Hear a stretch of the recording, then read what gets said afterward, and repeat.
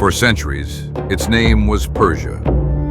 Powerful, a kingdom that bowed to no empire. But the prophets saw beyond time. They saw its rise, again in the final hour.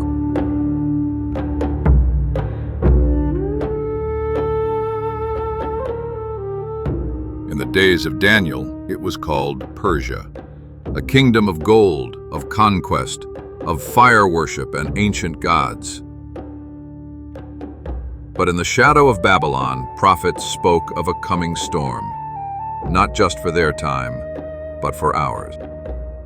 The prophet Ezekiel called it by name: Persia, Ethiopia, and Libya with them, all of them with shield and helmet. And they would rise with Gog, a name shrouded in mystery, a leader of nations, in the last war before the end. The prophet Ezekiel said also, "You will come up against my people, like a cloud covering the land." This war is not only political, it is spiritual. In the book of Daniel, the prophet fasted and prayed, but for 21 days the answer was delayed. Why? Because a powerful spiritual being called the Prince of Persia blocked God's messenger. This was no earthly prince. It was a dark force assigned to the ancient empire of Persia, one of many such powers described in apocalyptic writings. But we must ask, could echoes of those ancient spiritual conflicts still influence the world today? Is something stirring in the shadows, drawing nations toward a destiny written long ago? The world watches missiles rise, not just as headlines, but echoes of prophecy. Persia, with Gog and Magog, will come like a storm against Israel.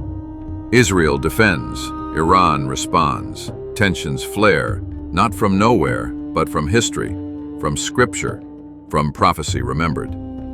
We do not set dates, we do not claim to know the hour, but the stage is set, and the ancient players take their positions.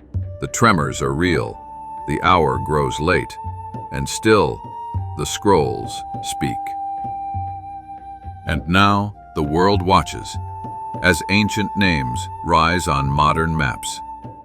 Iran, Israel, Russia, Turkey, Arabia, all named long ago, not by chance, but by design.